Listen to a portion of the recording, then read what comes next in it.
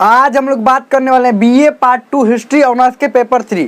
Paper 3 का chapter 1 बहुत अच्छा से हम लोग का कंप्लीट हो गया था और चैप्टर 1 का ऑब्जेक्टिव क्वेश्चन भी हम लोग कंप्लीट कर लिए थे। उसके बाद ये आपको पता है कि जीरो टू हीरो बैच का था हम लोग पढ़ रहे हैं, जिसमें सबसे पहले चैप्टर कंप्लीट करवाते हैं। तो चैप्टर बहुत ही अच्छा तरह से कंप्लीट हो गया। उसके बाद ऑब्जेक्टिव क्वेश्चन करवाते हैं, ऑब्जेक्टिव क्वेश्चन भी कंप्लीट हो गया है। और आज हम सिखाएंगे कि आखिर एग्जाम में लॉन्ग क्वेश्चन का आंसर कैसे लिखते हैं।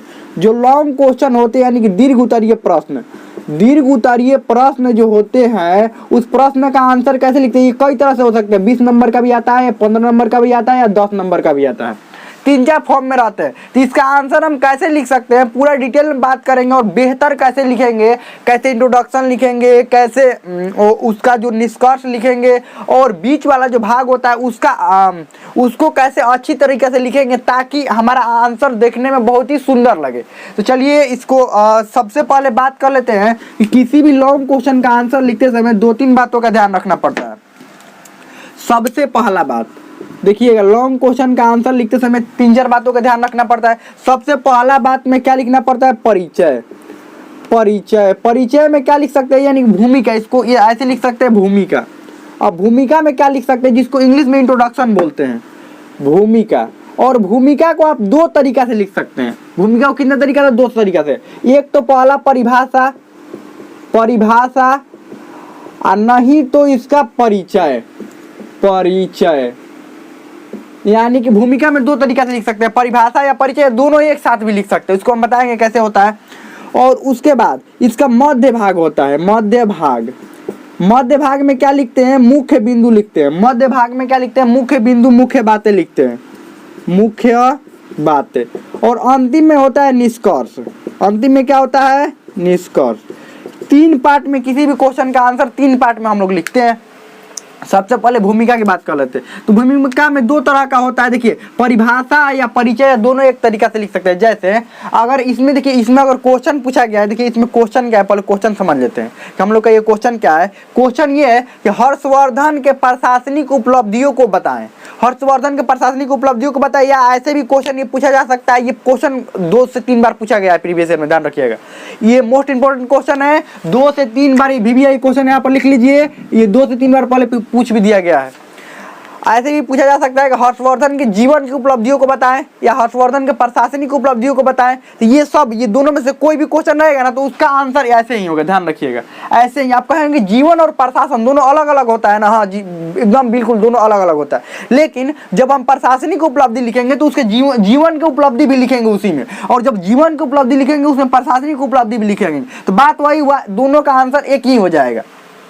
तो आप देखिए यहाँ पर क्वेश्चन क्या कह रहा है कि हर्षवर्धन के प्रशासनिक उपलब्धि के बारे में लिखे। तो बताइए यहाँ पर परिभाषा कैसे लिख सकते हैं, यहाँ पर परिभाषा कैसे लिख सकते हैं बताइए। परिभाषा हम लिख सकते हैं, नहीं लिख सकते हैं। यही क्वेश्चन हम लोगों का रहता है। यहाँ पर परिचय लिख सकते हैं, यही क्वेश्चन रहता है कि औद्योगिक क्रांति क्या है और औद्योगिक क्रांति के कारण एवं परिणामों की चर्चा करें। यानी उद्योगों में जो क्रांति आई थी उसको औद्योगिक क्रांति बोलते हैं, वो इंग्लैंड में हुआ था।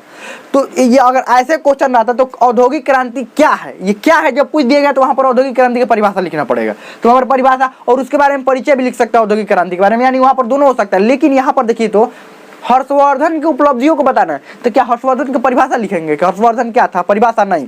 हर्षवर्धन के परिचय लिखेंगे। परिचय मतलब वर्धन वंश का, हर्षवर्धन किस वंश से संबंधित है, वर्धन वंश, यानी वर्धन वंश से संबंधित परिचय लिखेंगे। क्या लिखेंगे, परिचय।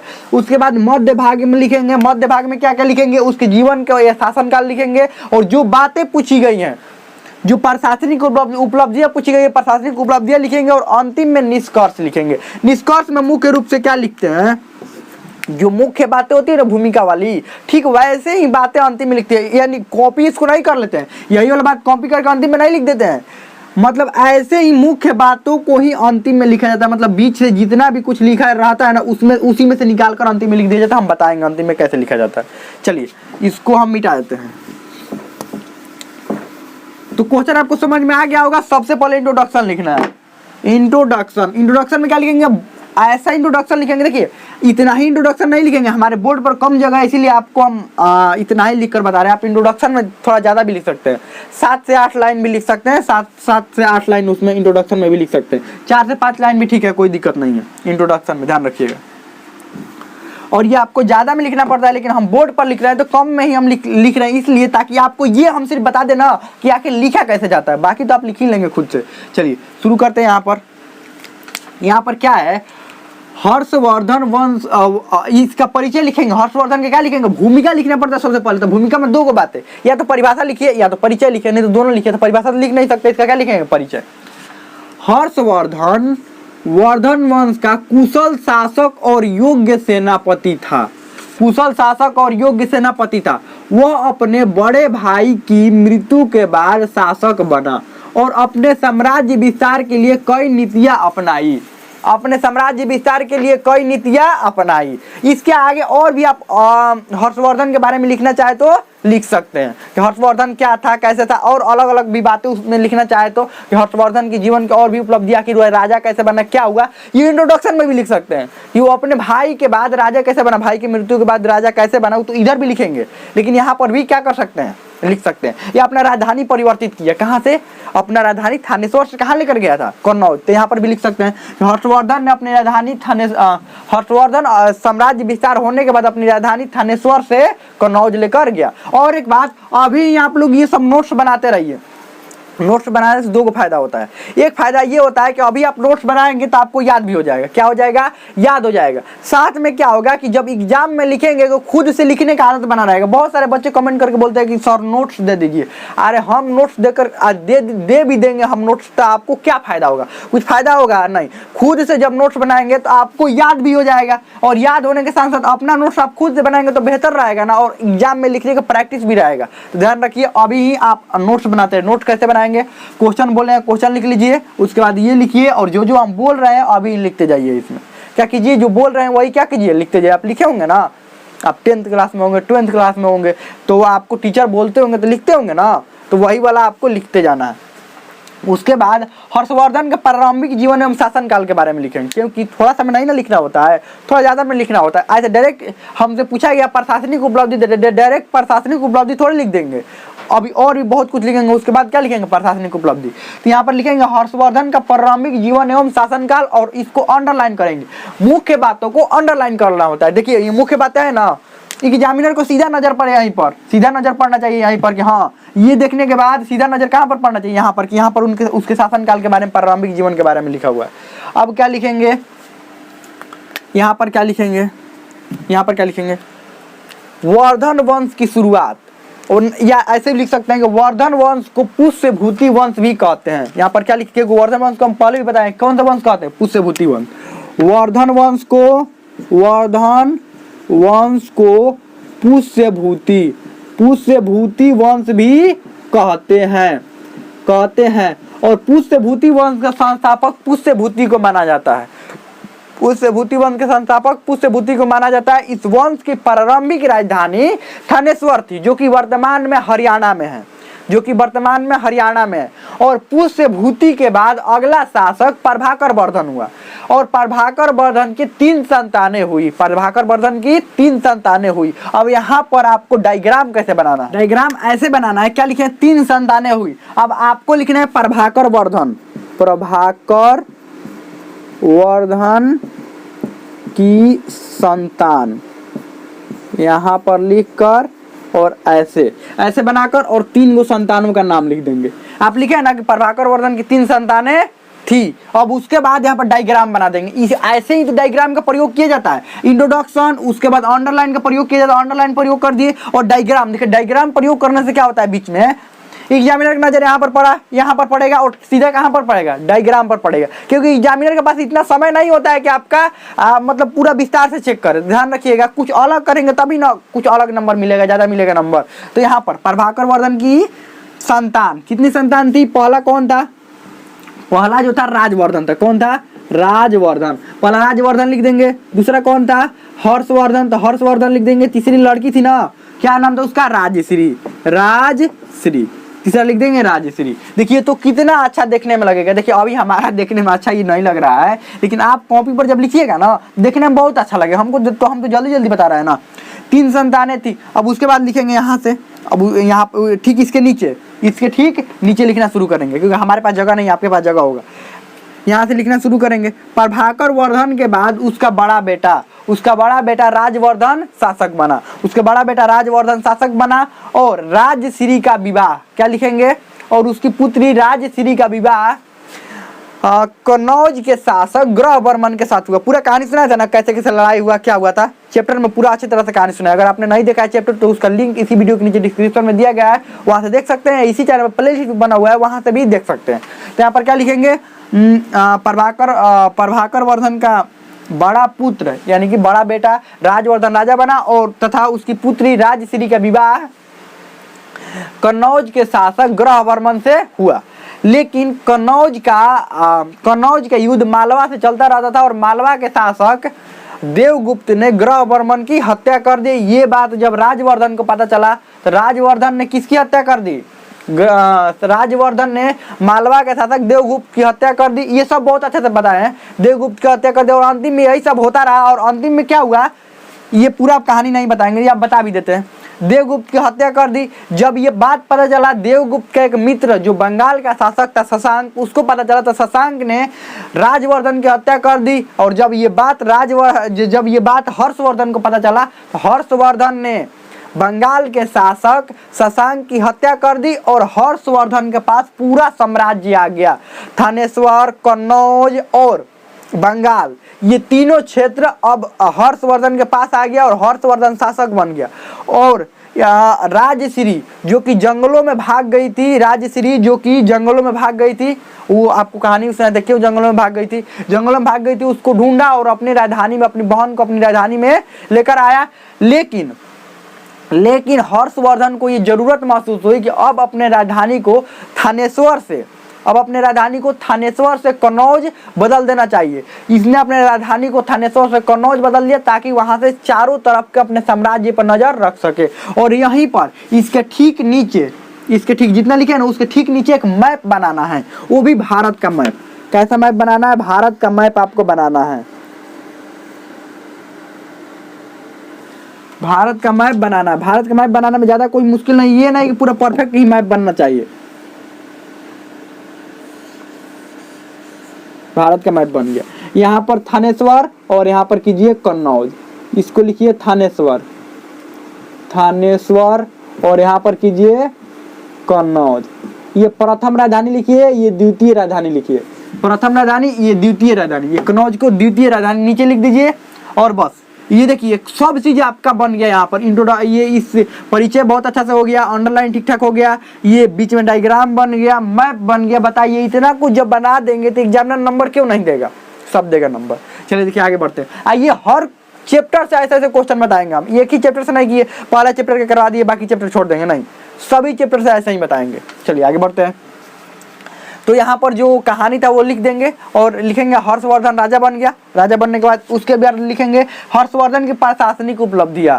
क्या लिखेंगे, हर्षवर्धन की प्रशासनिक उपलब्धियां। यहाँ पर क्या लिखेंगे, हर्षवर्धन के शासक बनने के बाद हर्षवर्धन के पास काफी विस्तृत शासन प्रणाली थी, और एक विस्तृत साम्राज्य था जिसका नेतृत्व हर्षवर्धन कर रहा था और इसकी शासन प्रणाली केंद्रीकृत थी। ये सब इसमें लिखना, अंडरलाइन करने के बाद इसमें लिखना है कि इसकी शासन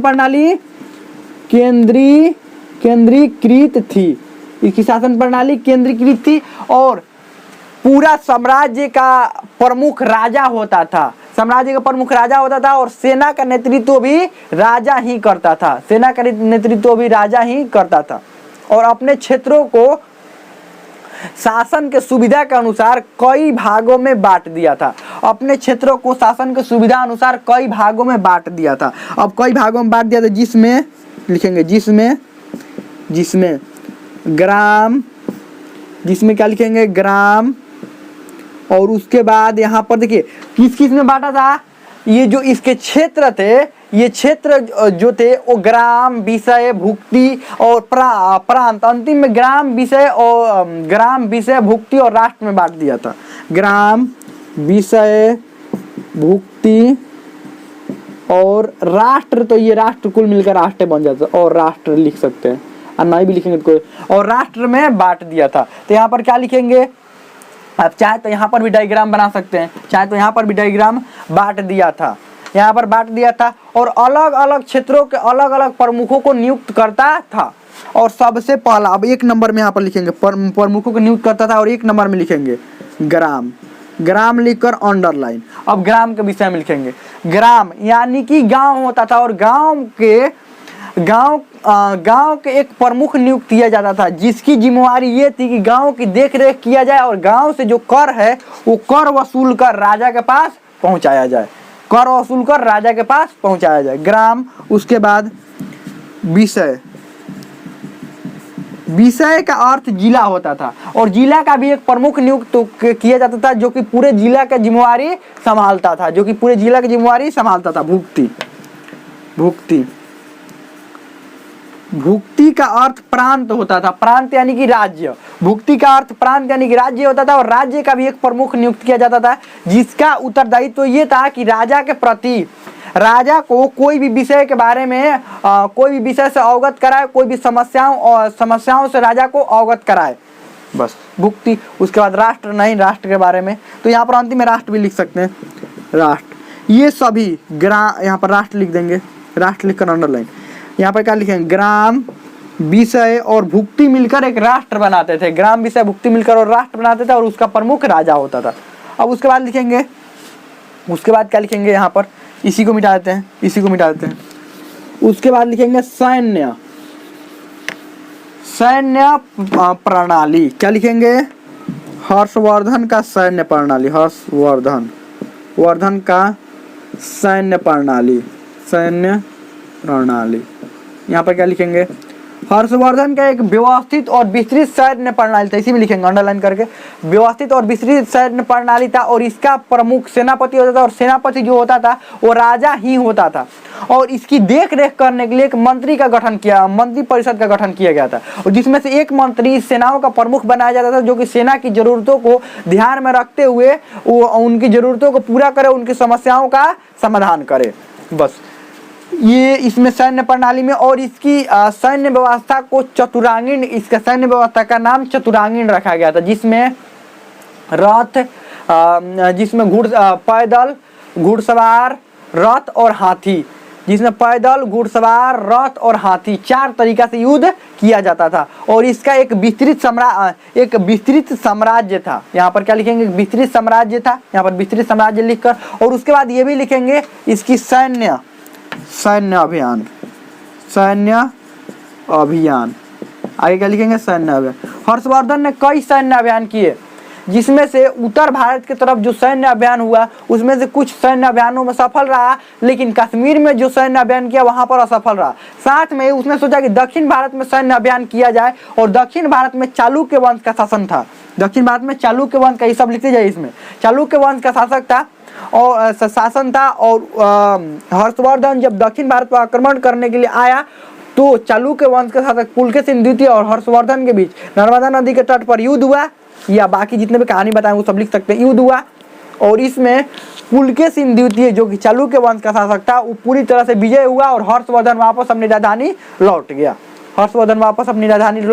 और यहाँ पर लिख सकते हैं पुलकेशिन द्वितीय ने वही नर्मदा नदी के तट पर अपने जीतने का यानी कि अपने विजय का वर्णन एक अभिलेख में करवाया, जिस अभिलेख का नाम एहोल अभिलेख रखा, जो कि नर्मदा नदी के तट पर जो युद्ध हुआ उसके बारे में उसमें वर्णन था।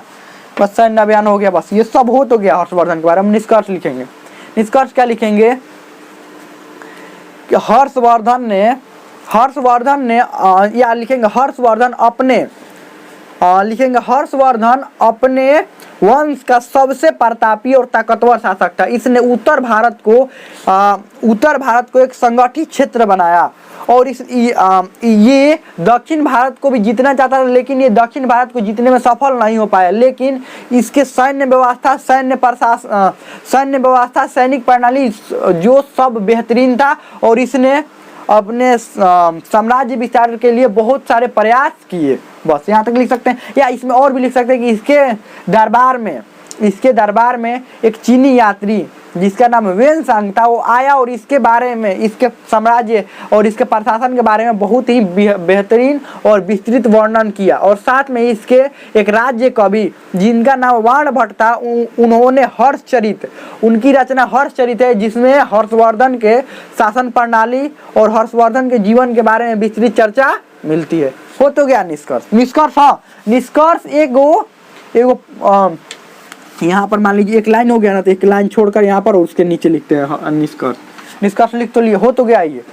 ऐसे ही तो आंसर लिखा जाता है। अब आपको पहला दिन में विस्तृत समझ में नहीं आ गया हो, थोड़ा बहुत समझ में आया होगा, एक बार और देखिए समझ में आ जाएगा। और एक बात, इसमें बस एक ही क्वेश्चन था, एक ही जो VVI मोस्ट इंपॉर्टेंट क्वेश्चन था। और इसके बाद हम लोग अब अगला चैप्टर चालू करेंगे, तो हम लोग तो समझ में आ गया होगा। और अगले चैप्टर में भी ऐसे ही हम लोग सब्जेक्टिव ऑब्जेक्टिव सब कुछ करेंगे। सभी पहले चैप्टर पढ़ेंगे, उसके बाद सब्जेक्टिव ऑब्जेक्टिव क्वेश्चन, उसके बाद सब्जेक्टिव क्वेश्चन, सब एकदम विस्तृत से पढ़ेंगे। तो हमें तो समझ में आ गया होगा। अब इसमें कोई भी डाउट हो, कोई भी क्वेश्चन हो, आप कमेंट में पूछ सकते हैं, मतलब समझ में आ गया होगा।